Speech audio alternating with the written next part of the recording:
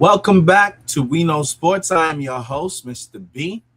Today we have a very exciting show for you. We are reacting to the recent NBA playoff game between the Suns and the Thunder. And unfortunately, it doesn't look like it's going to be much of a series. OKC looks way too strong. We are reacting to just the first half performance put on by SGA and the Thunder. And Shaq, Charles, and the guys at inside the NBA had a few words about this particular performance. Let's go ahead and join in with that. It's gonna be a rough day for Chuck today. Both of our teams in trouble today, and I wish I could have some hope. I'm a 76er and a Suns fan, but this is gonna be rough. As usual, the Chuckster spot on with a prediction as we welcome you to the halftime report presented by Kia. Ernie Johnson with Shaq and Kenny and Chuck. I know you said it, but did you believe it would be like this? I did, because they're both good defensive teams. Your defense is always going to be consistent. Like if you're an offensive team, sometimes you don't make shots. But when you're the Celtics and you're OKC, two of the elite defensive teams, defense always travels, Ernie. You know that. 65-44 is your halftime score. Or, Chuck, your two favorite teams ain't no good. No, Ernie, Shaq, they're not bad teams. But like I say, your offense is going to come and go. You're not going to make shots all the time. Look at this defense, man. These boys ain't going to beat OKC. Stop it. No, they're not going to, but this is a beatdown. And look, when you... Tone, why should people join us on April 23rd through the 25th for the AI Advantage Summit? Because I know you know when you're going to turn the ball over, you're walking right into OKC's kitchen. Well, not only turn it over, and you're taking tough shots. Yeah. Jalen Green, Devin Booker, and even Dylan Brooks at times, they're tough shot makers. But against the Oklahoma Cities, you have to pass up a good shot to get a better one. They have refused. The first shot of the game was a dictator of what everything was. They took a long-range three early in the shot clock, hands in their face. I'm like, well, Chuck, you might be right. This is going to be a super long night. There's 7 out of 24 from deep. Let's take a look at the halftime highlights presented by Kia and see the departments in which OKC Shout out to my boy Percy at Kia. I got to get me a new Kia. OKC is dominating. Talked about those points off turnovers. They average 22 a game, which is best in the league. They got 21 off turnovers? Yes. That's impressive. Yes, it is. And in the paint, they're up 20, 32-12. That's where we're going to, of course, we'd go to the Shaq in the paint. That's right. I'm the master of the high percentage shot. Chuck is giving his 2P team too much credit. They aren't really that good in the showing, especially right here defensively. They're just letting OKC do whatever they want. Get right there, no resistance at all. Great Phil Jackson used to always say, got to have some resistance on defense. These guys are showing no resistance, turning the ball over, and OKC just getting out, flying, doing what they do. High percentage points in the paint. And I hate to say it, Chuck, but you got 3 more beatdowns coming. It's going to be real quick. You might as well send them to Lake Havasu. The other thing about that is I was blessed to play with great coaching. And the one thing is... please, let's not go into that again. I just shouted out Phil Jackson. When? I know. When? Just a second. The great Phil Jackson used to say. Thank you. But you said coaching don't matter. No, let's please. That's why I was just asking. Please, let's not get into coaching. That's it. Just give you a great player the ball. Ernie, it's not a mistake to turn the basketball over. That happens in a game. The mistake is when you don't sprint back on defense. And so if you watch Oklahoma City, when they turn the basketball over, they will sprint back, then make a 3-on-2 fast break into a 3-on-3. So and now the coach they have to hold do it that. up. And the coach made them do that? Because they emphasize that. Yes. First of all, they've only turned it over 4 times. No, but I'm saying, but on the other way, on the Phoenix side, they don't sprint back. Right. And coaching builds habits. Habits of creatures. Champions do daily what everybody else does occasionally, brother. Right. It's all right here. It's all right here. Yeah, no, coaching matters. You keep making excuses. Ain't nobody making excuses, but coaching matters. And then he shouted out the triangle offense the other day. Earlier today. Who do you think the coach of the year is, Shaq? Oh, this gonna be good. Who's the coach of the year? I'm gonna go with Ime Udoka. Oh my I thought you God. were going to say Wembanyama. I don't know his coach. Ime Udoka's a very good coach. No, I thought you He's just- not in the coach of the year conversations. Because, you know, Yeah, Mr. Bad either. And again, leading in points off turnovers, and obviously a very stiff test for whoever draws them in this round or the rounds that follow. But Phoenix gets them right now. Another one of Chuck's old teams. Gonna be a rough day for Chuck today. Both of my teams in trouble today. The reason they're all good defensively. Like if you're an offensive minded team, you're gonna go through peaks and valleys. But when you play the Celtics, you play the Pistons, you play the Thunder, their defense is gonna be consistent. Even the Nuggets, who got a really good team, they're not good defensively.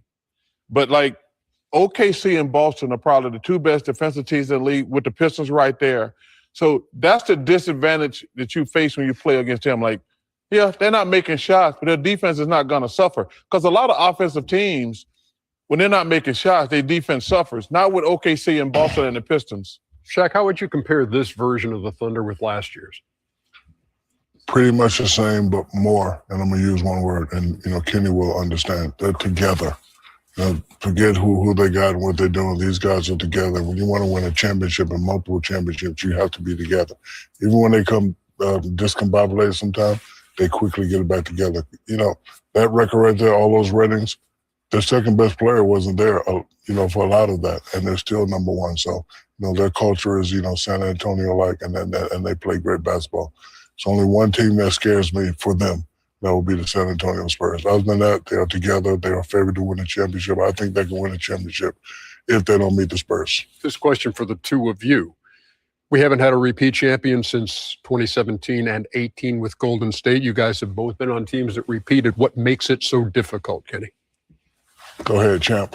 oh, well, champ, I was just going to say that Thank you, champ. what makes it difficult, it makes it different. Oh, come on, Ernie. No, what makes it difficult from the start is after you've been on a team and you have the core back, 6, 7, 8 guys back. A lot of times, I used to say fat cat-itis. Yeah. You get a little bit full of yourself and it's not always 1 through 8. Sometimes it's 9, 10, 11, who all of a sudden get commercials. They get appearances that they didn't get before. So I saw guys walk on the bus who really didn't play in the finals with shades on, new gold chains. It was ridiculous. So until we had a jolt when we didn't play well start of the season and then Clyde Drexler was traded for, and then we had a jolt. There has to be some type of jolt that gets you into that second mind of like, hey, we got to do this again. And that was difficult for us. And not only that, everybody have to love their role and be comfortable with the role. If you look at OKC, like guys are comfortable with how they play and what they do. So, again, I look for this team to repeat unless they meet my Spurs. Mark Daigneault, by the way, 8-0 in first-round games with Oklahoma City. Meantime, the Suns have lost their last 6 playoff games. They did come out of the play-in, and Jalen Green was playing out of his mind in those 2 games. Yeah, that was a little deceptive. He played well, but they were playing I watched that game, and I said the Suns going to kill Golden State because Golden State gave everything against the Clippers, and they had nothing left in the tank when they came to Phoenix. And Jalen Green went off. The problem with my Suns is that OKC is just too deep for them, Ernie.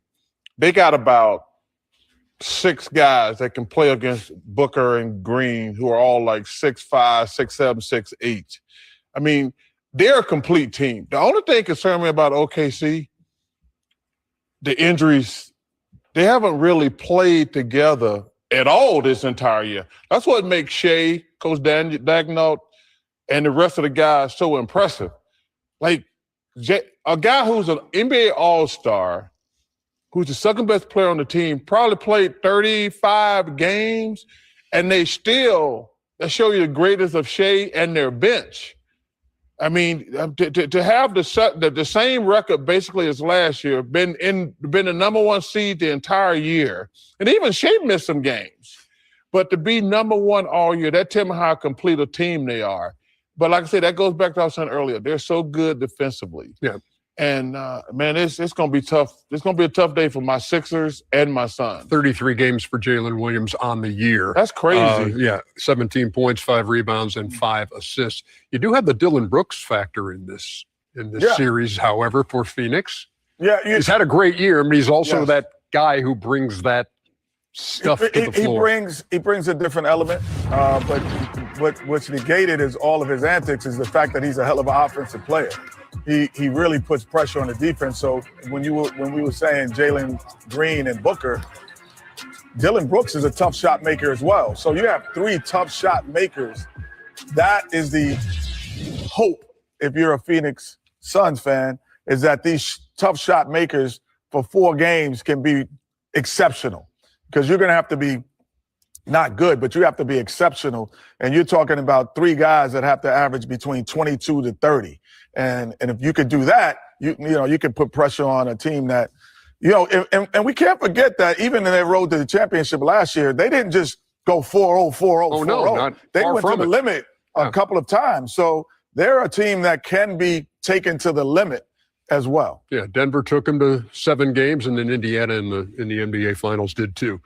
It's kind of the same question I asked you about the Philadelphia series. How does Phoenix make this a series against OKC? Play hard. Got to hit a lot of shots. Jalen Green has to, you showed that stat 35. He has to be close to that. And you know what, Shaq? In his career, he'd never had back-to-back 35-point games, and he did so in the play-in. In the play-in, he played well. Last year, he kind of disappeared. I think that's why he got traded. Houston wanted to do something else. So he has to play exceptional. Dylan Brooks has to play exceptional. He has to be that agitator that he's known for being. And they just have to go out and, they have to play super well. Yeah, play hard. That's how you win championships. Something you know nothing about. That's it. But the thing about Dylan Brooks is he can't come out of those antics. Why not? He's got to play well. He got to be him. He got to play well. Like, he got to agitate. Because you talked about, we know Booker and Green are going to get me some points. Dylan Brooks, I told you, he should have made the All-Star team. He got jobbed in that situation. He can't have antics. He got to score. Like, they need points. I mean, you're not going to hold OKC to 105 points. They need him to score. Listen, I love Dylan Brooks.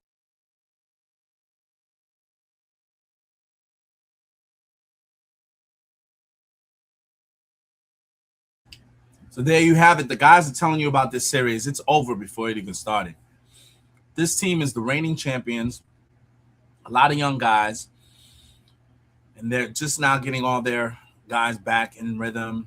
The second biggest scorer didn't play most of the season. He's been out. And the team was still a top shooting team, ranked number 1 in their division. Too much firepower for a team that just made it by the luck of a draw in the play-in. There's not enough scoring on the other side to really even compete.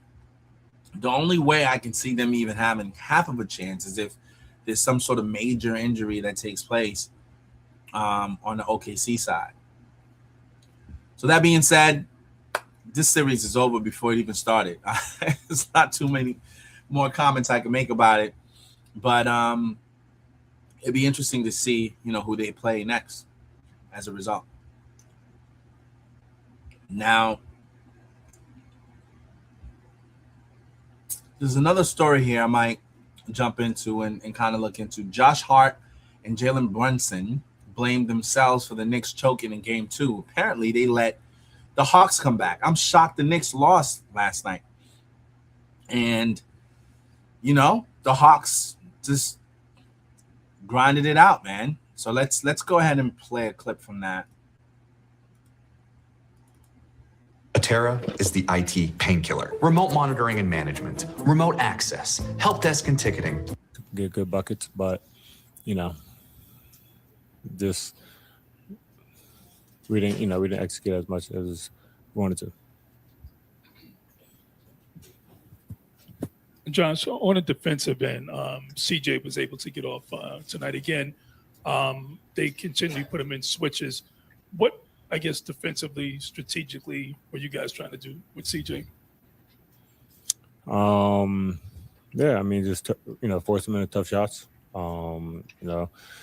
He's a really good offensive player. He's going to make shots. I think obviously we could do a better job of being more physical with those kind of things, and contesting and rebounding. Josh, I guess for you, what specifically makes this loss sting other than it being a loss? Is there anything that, I know you guys missed 10 free throws, 14 turnovers, which is kind of uncharacteristic. Is anything specific? No, I mean, just all of it. This was a game we should have won. In the playoffs, you can't give away games. So, we all got to make sure we are locked in, watch the film of it, get better, and, go in and battle for game 3.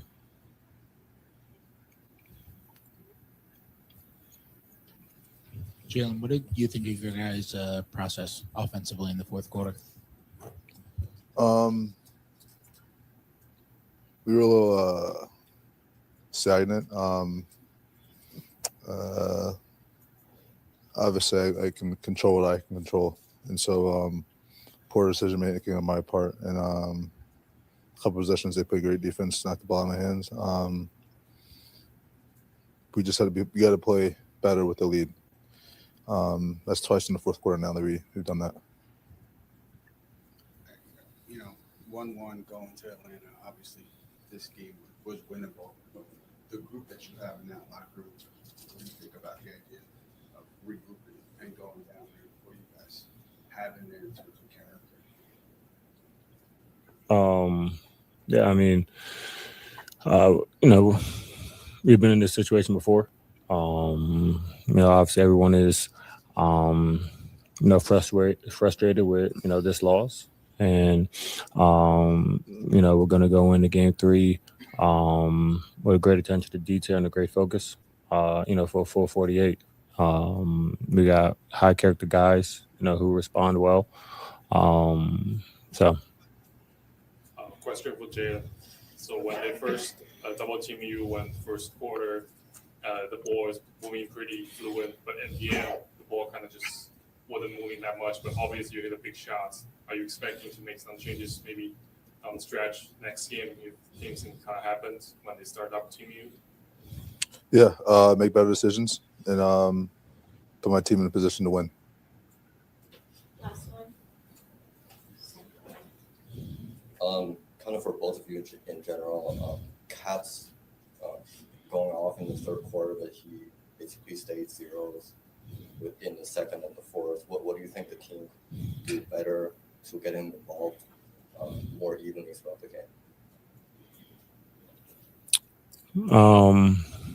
Yeah, I mean, that's something we got to make sure we he's involved. Find him on mismatches, put him in action, make sure we use his skill and his gravity to our advantage. And that's something that we'll look at film and be better with. Jalen, when they got CJ and they're switching to get on you, what can you do differently to stop him when he's going like that? Yeah, he was in a great rhythm. I got to disrupt it, make him play on his heels, make him react to me defensively, and he was just in a rhythm, and you got to give him a lot of credit. Okay, so those are the guys there, their comments. Listen, my comment is pretty straightforward. Sometimes teams that are better than another team have a bit of hubris going on. So instead of focusing in and locking in on games and finishing games they're supposed to win, they get a little bit of a lead, they get comfortable, they start being lazy, not really locking in to make sure that they close. And what happens is they give the other team an opportunity to get into the game and, to establish a rhythm.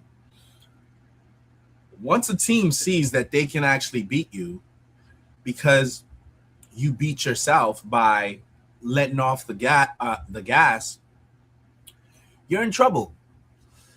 Jalen Brunson just said something. He said, this is the second, fourth quarter where we essentially let off the gas. So that means there's a pattern where they're not finishing strong in their series, right?